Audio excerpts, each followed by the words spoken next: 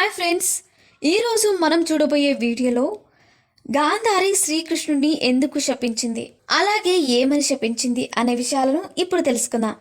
కురుక్షేత్ర యుద్ధంలో చివరి రోజు భీముడు దుర్యోధనుడిని చంపడంతో కురుక్షేత్ర యుద్ధం ముగుస్తుంది. కురుక్షేత్ర యుద్ధంలో తన కుమారులు చనిపోయారని తెలుసుకున్న గాంధారి ధృతరాష్ట్ర మహారాజు తన పుత్రులను చూడడానికి తన కోడళ్లతో కలిసి కురుక్షేత్రం జరిగిన ప్రదేశానికి వస్తారు. అక్కడికి వచ్చిన గాంధారి అక్కడ ఉన్న అనేక మహారాజుల శవాలను అలాగే అనేక మంది సైనికుల శవాలను చూసి ఎంతో బాధపడింది. అంతేకాకుండా అంతమంది సైన్యంలో తన పుత్రులు ఎక్కడ ఉన్నారా అని వెతుక్కుంటూ వెళ్ళింది.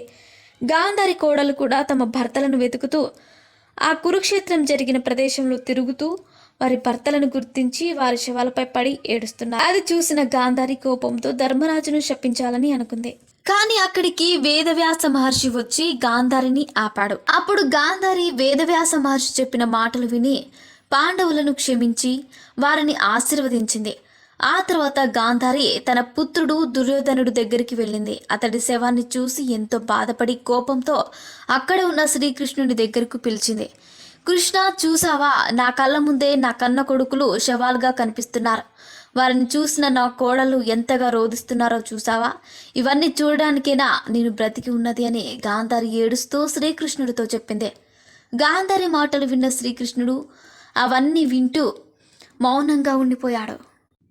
గాంధారి శ్రీకృష్ణుడితో దుర్యోధనుడు శవాన్ని చూపించి, హస్తినపురంలో ఎన్నో భోగభాగ్యాలు అనుభవించిన నా కొడుకు ఈనాడు ఇంత దీన స్థితిలో చనిపోవడానికి కారణం నువ్వే కృష్ణ. ఇదంతా జరుగుతుందని నీకు ముందే తెలుసు. అయినా కూడా ఎందుకు నువ్వు ఈ యుద్ధం జరగకుండా ఆపలేదు? ఈ కురుక్షేత్ర యుద్ధం జరగడానికి అసలు కారణం నువ్వే. ఈ యుద్ధంలో కౌరవ వంశం అంతా నాశనమైపోతుందని నీకు ముందే తెలుసు. అయినా నువ్వు ఈ యుద్ధాన్ని ఆపలేదు.